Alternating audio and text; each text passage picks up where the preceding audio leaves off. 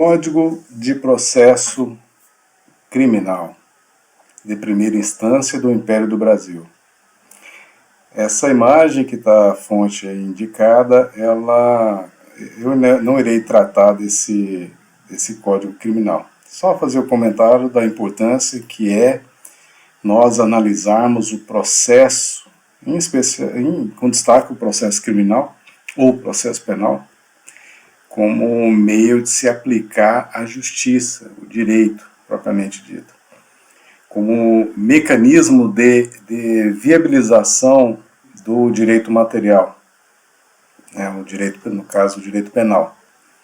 Então, é por meio do processo que nós visualizamos a aplicação da justiça como um todo, em face dessa questão que nós iremos tratar.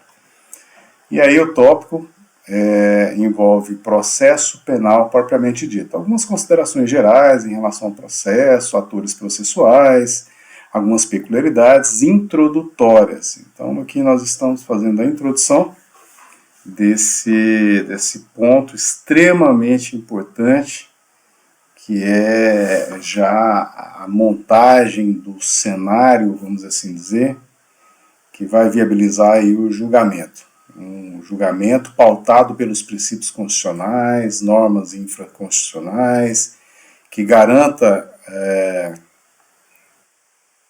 a incessante da verdade material, da verdade real, que é o que se almeja em todos os contextos, com as devidas críticas, evidentemente. Nós já ponderamos no processo penal 1, em especial relacionado aí que grande parte do que nós observamos na prática é a verdade formal, que é aquilo que é trazido para os autos do processo como um todo. E aí aproveito esse slide para fazer alguns comentários em relação à persecução penal, primeira e segunda fase. Nós observamos, eu já venho falando desde o processo penal 1, também no processo penal 2, que a persecução penal é exatamente a persecução, é perseguir aquilo que ocorreu necessariamente com a violação da ordem jurídica penal vigente. Então, persecução penal são os meios de se buscar a aplicação da justiça penal como um todo, que é dividido em primeira e segunda fases.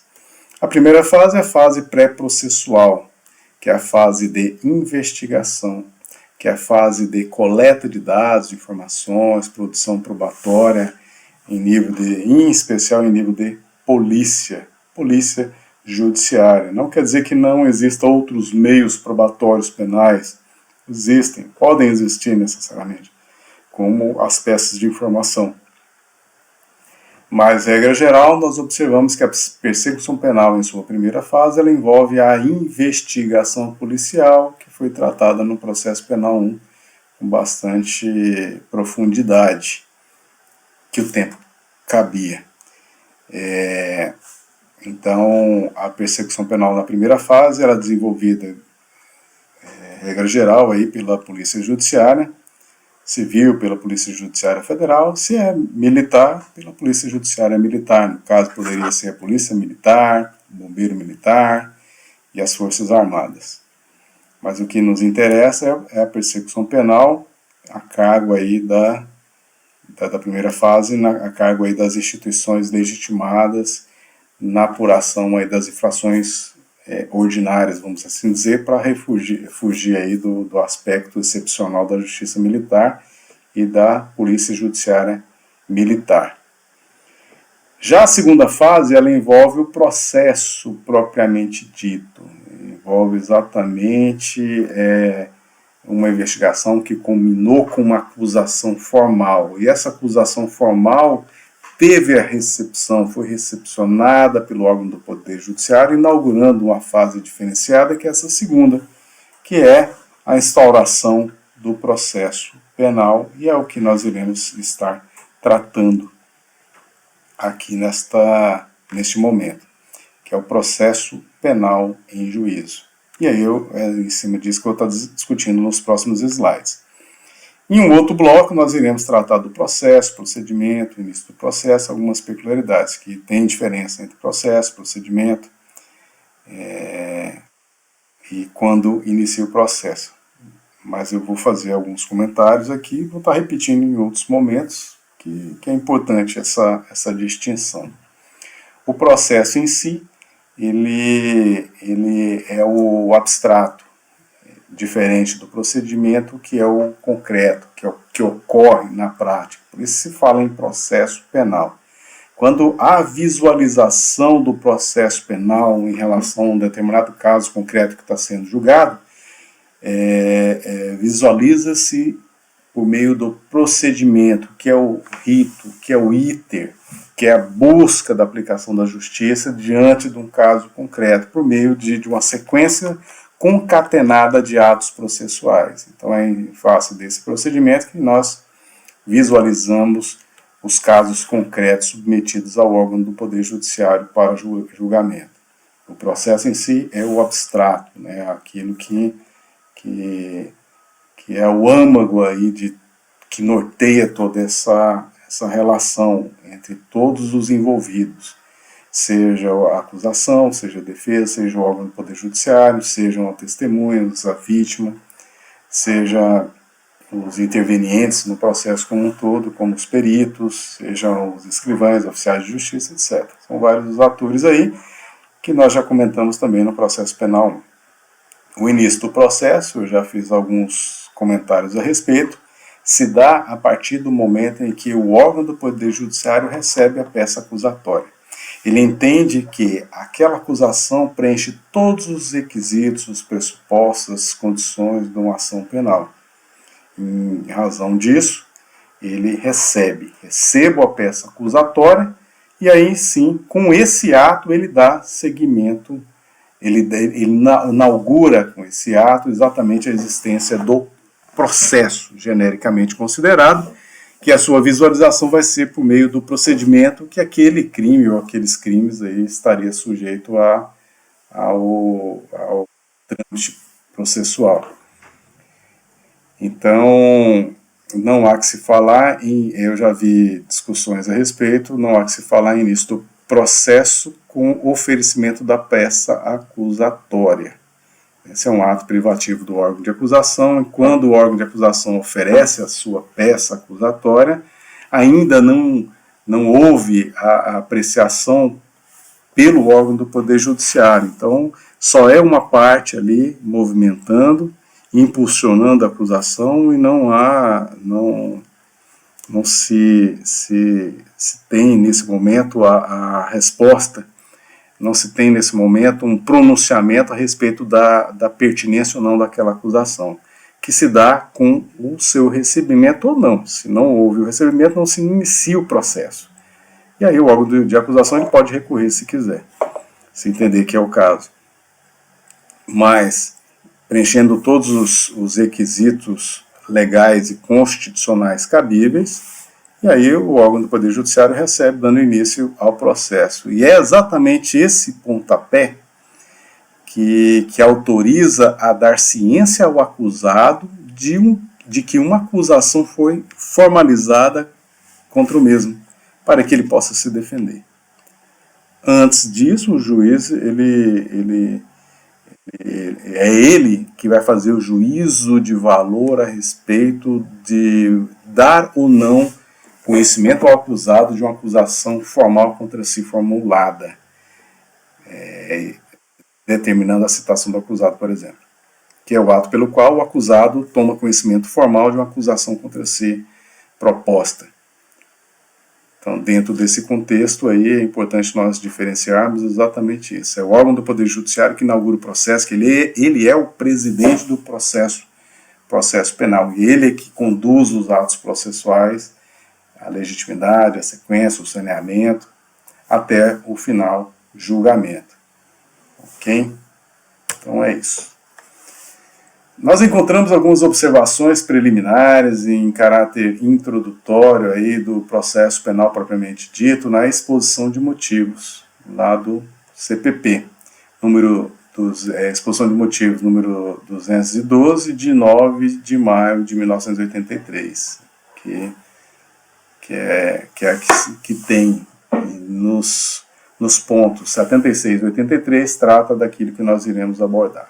76 indica o seguinte: estabeleceu-se a necessária distinção entre processo e procedimento, conferindo a este em que aquele se exterioriza índole finalística de mera esquematização formal. Então, entra naquilo que nós falamos, que é exatamente a concretização do processo como um todo, em face de um determinado caso concreto. Já o 83, ele diz: considerado o procedimento, em rigor técnico, como comum ou especial. Artigo 208. É ele subdividido em ordinário, sumário e sumaríssimo. Aqui já indica exatamente que essa visualização, dependendo do caso concreto, dependendo da infração, qual que é o procedimento que permite o julgamento. E aí nós iremos estar discutindo mais à frente cada um desses ritos, desses procedimentos.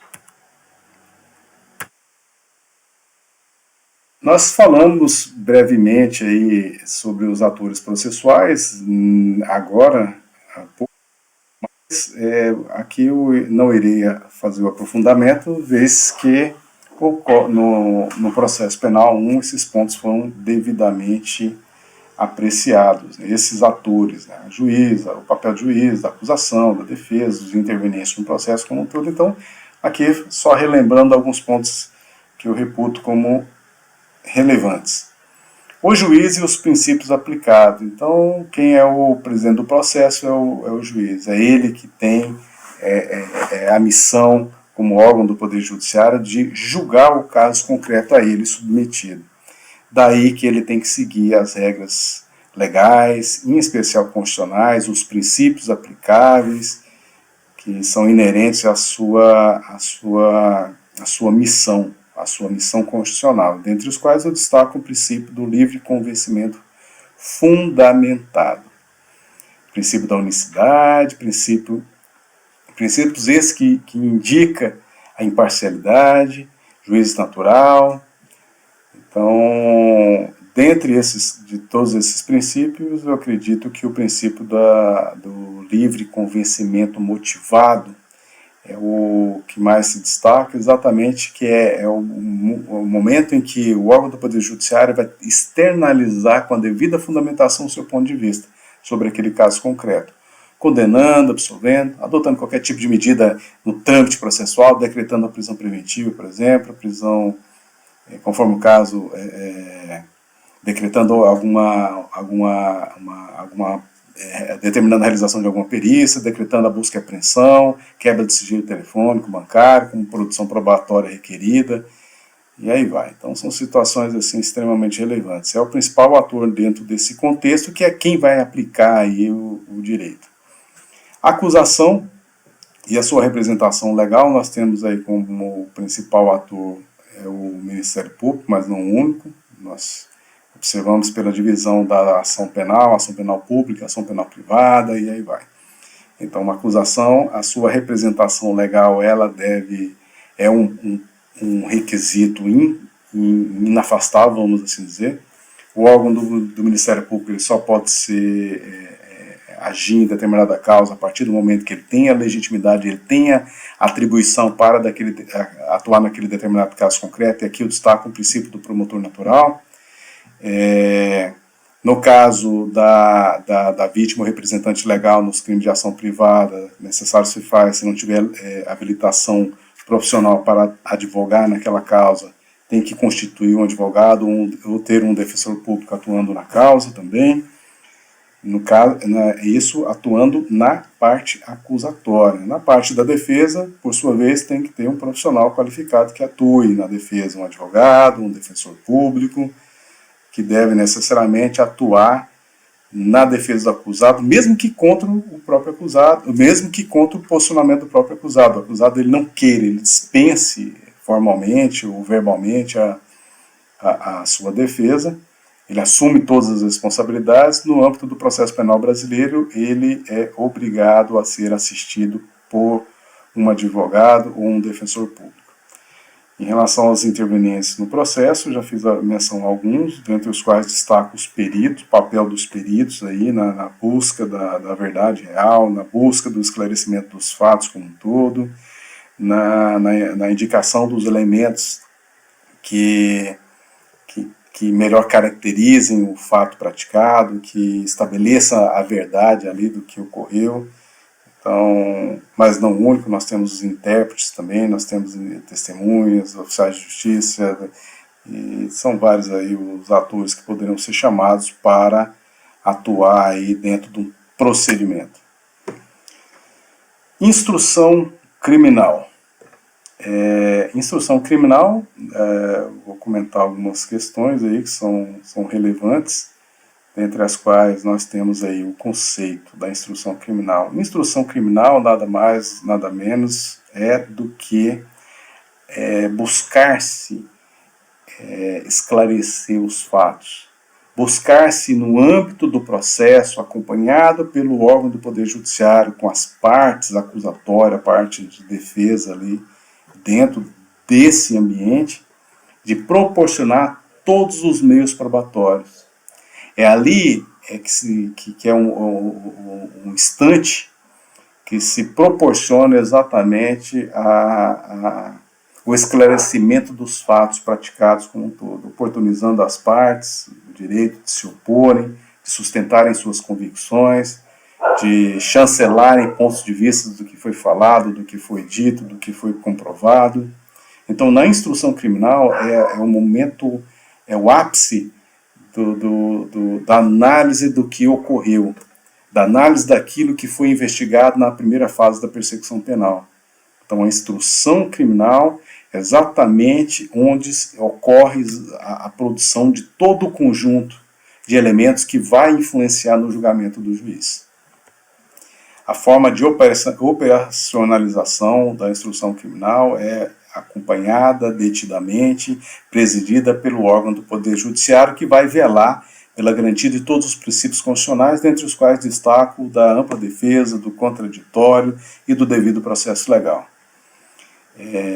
Dentro dessa perspectiva, nós não podemos esquecer a aplicação de alguns institutos inerentes à instrução criminal, como, por exemplo, a forma adequada da atuação, de atuar a acusação, a defesa, os momentos em que isso ocorre, a análise dos fatos periciados efetivamente, a prestação de informação das testemunhas, a realização de uma cariação, a realização, por exemplo, de um reconhecimento de coisa, de pessoa.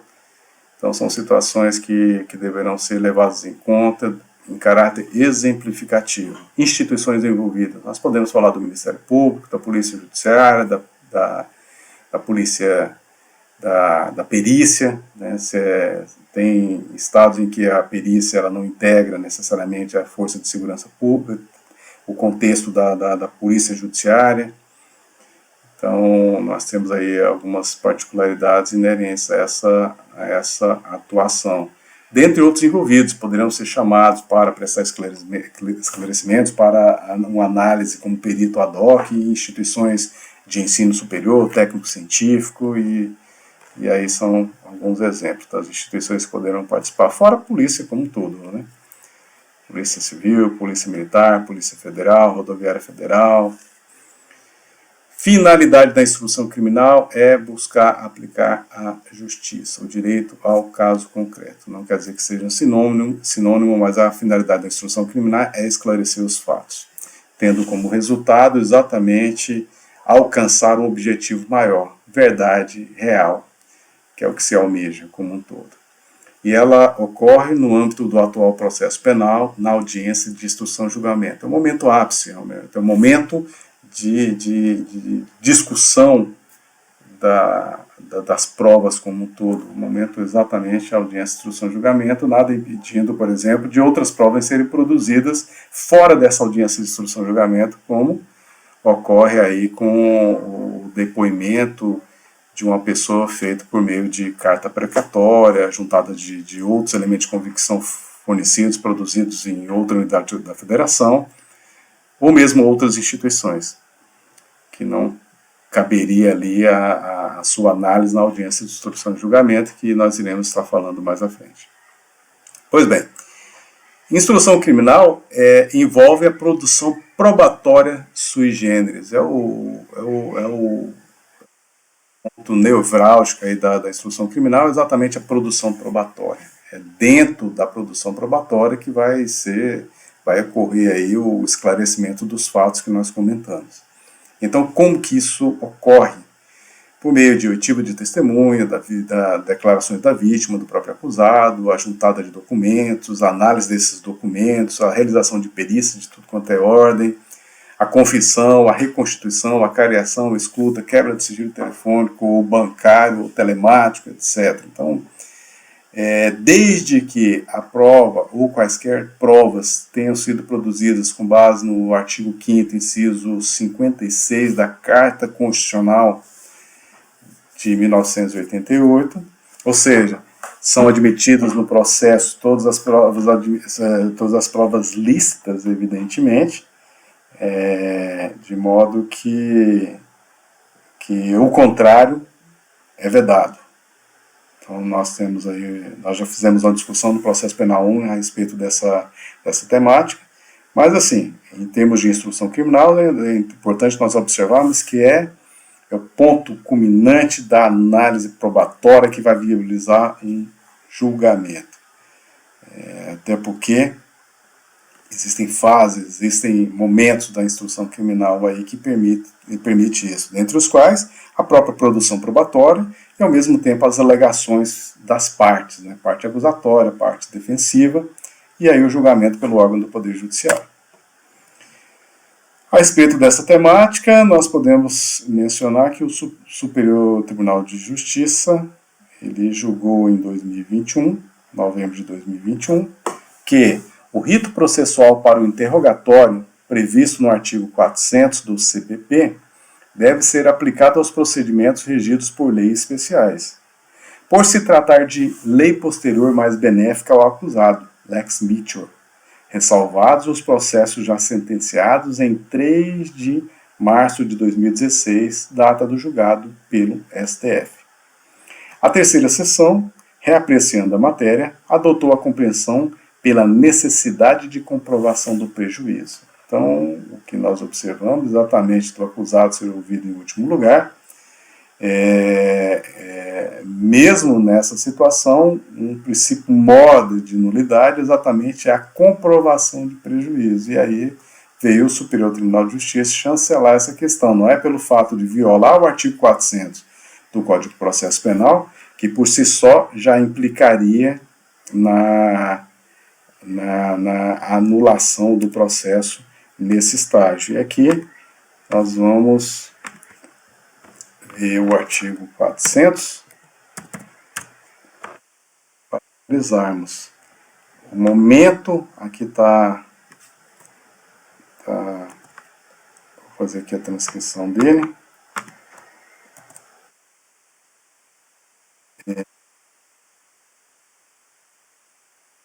Audiência, aqui falando sobre a audiência de instrução e julgamento.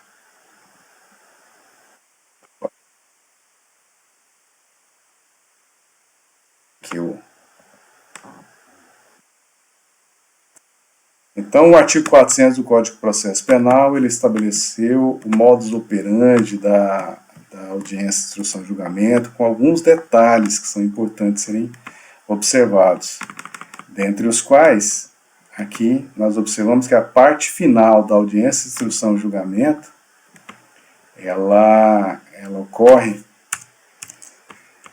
com o interrogatório do acusado. Então, seria o último ato da audiência de instrução e julgamento, o interrogatório. Mas se esse interrogatório ele ocorreu antes, ou de forma diferente do estabelecido no artigo 400 do Código de Processo Penal, não é obstáculo para o seguimento do processo, sentença pelo juiz, por exemplo, se não houve a demonstração do prejuízo. Mas se houve ocorreu a demonstração do prejuízo, não há que se falar em nulidade. Então nós observamos, por exemplo, em algumas audiências de instrução e julgamento, que pode ter lá as testemunhas de acusação, os testemunhos de defesa, as testemunhas de acusação terem sido ouvidas, ter sido ouvido parte das testemunhas de defesa, houve 2, 3 testemunhas de defesa, e o acusado está presente ali, o advogado indagado se quer aproveitar a presença do acusado para ele ser interrogado, e ele aceita, ele pode, diante desse contexto, ser ouvido, prestar declarações em juízo, mesmo faltando uma testemunha de defesa, por exemplo. Isso pode ocorrer. Então, a aquiescência das partes na audiência de instrução e julgamento, ela pode permitir situações que até então poderiam ser consideradas como ilegais ou passíveis de nulidade. Então, as partes aceitando, grande parte dos atos processuais poderão ser considerados aí sem problema algum. Ok?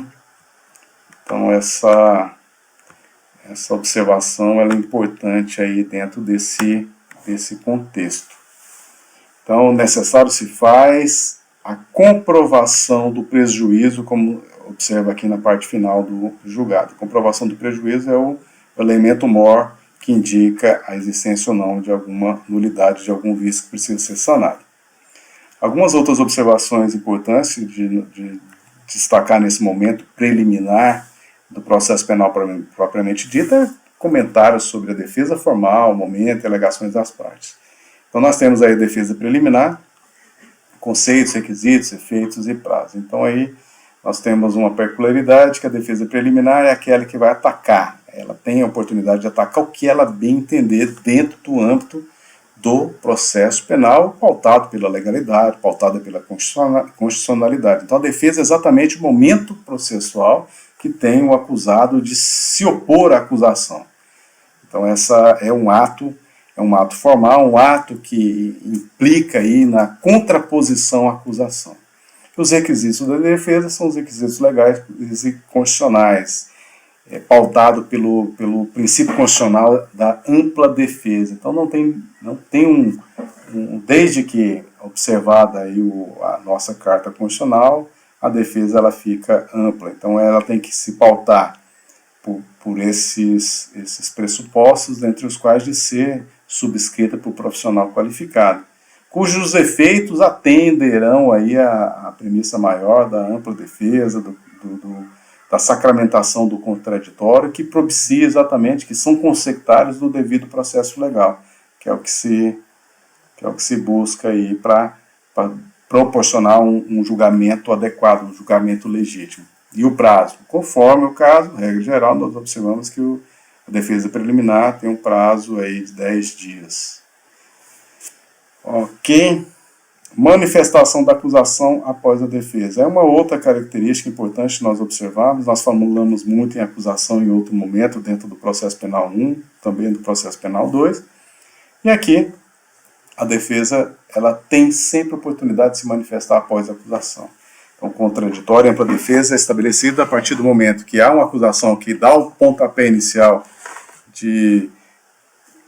contra quem quer que seja, é necessário se estabelecer esse contraditório, dando oportunidade da outra parte poder se opor, questionar, de se defender efetivamente. Então, a manifestação, a defesa em si, ela ocorre após a formalização da acusação. Mas pode existir alguma particularidade, como é o caso da manifestação da acusação após a defesa, quando nessa defesa preliminar, por exemplo, são suscitadas questões novas, fatos novos, probatórios novos, que exigem aí a manifestação da acusação em relação a esses fatos, que poderão, por exemplo, implicar numa causa de extinção da punibilidade, numa análise aí de uma causa de excludente da antijuridicidade, da culpabilidade. Então, qualquer situação levantada na defesa preliminar de caráter novo, inédito, que exija aí uma reanálise exatamente pelo fato de não ter nada ali antes, que deveria ser obrigatoriamente manifestado pelo órgão de acusação, necessário se faz dar vista à acusação para ela poder se manifestar após a defesa, exclusivamente em relação às situações novas. E aí, alegações finais são os atos das partes, né? A alegação final da acusação, a alegação final da defesa. Regra geral, nós vamos observar que na audiência de instrução e julgamento ela é oral, regra geral, mas poderá, conforme o caso, ser apresentados memoriais, dando-se prazos iguais. Primeiro a acusação e depois a defesa. Então, são essas as peculiaridades, né? Oral e verbal. A oralidade é a regra geral, como nós observamos, então existem situações de ordem concreta que pode permitir que seja dado prazo, mesmo que exíguo, aí, para a manifestação das partes, mas deve-se obrigatoriamente prestigiar-se o julgamento naquele momento, o julgamento de pronto. Então, na sequência das alegações finais, conforme o caso, se não houver necessidade de produção probatória após as próprias alegações. O STJ, em relação a esse tema, ele diz o seguinte: não há como reconhecer nulidade de modo a determinar a realização de novo julgamento da apelação quando não demonstrada a ocorrência de cerceamento de defesa. E aqui eu não vou ler o resto, a princípio, exatamente para destacar esse cerceamento de defesa. Qualquer cerceamento de defesa é causa de nulidade visceral, nulidade que deve ser reconhecida de ofício pelo órgão do Poder Judiciário. Havendo cerceamento de defesa, é necessário se restabelecer o ato se for possível. Então, é uma mácula insanável. Deve-se necessariamente garantir à defesa todo o direito de se opor à acusação como um todo. E aí, continuando a leitura do julgado, que é de 2021, diz o seguinte: é inviável a análise de questão não submetido à apreciação da instância de origem, nem exposta na petição inicial de habeas corpus impetrado no STJ, por envolver, respectivamente, injustificável supressão de instância, indevida inovação recursal. Essa segunda parte é uma parte que envolve mais a questão de recurso que nós iremos ver na disciplina. E ela implica exatamente o seguinte: não há que se falar em julgamento posterior se o anterior, ou seja, se o subsequente não está julgando algo que o antecedente não analisou, não julgou. Então, o juiz UACO, por exemplo, o juiz de direito, juiz singular, ele não chegou a apreciar determinado ponto, e aí houve um recurso para o Tribunal de Justiça. O Tribunal de Justiça não pode apreciar um fato novo, um elemento novo, que não foi analisado no juízo preliminar, no juízo singular.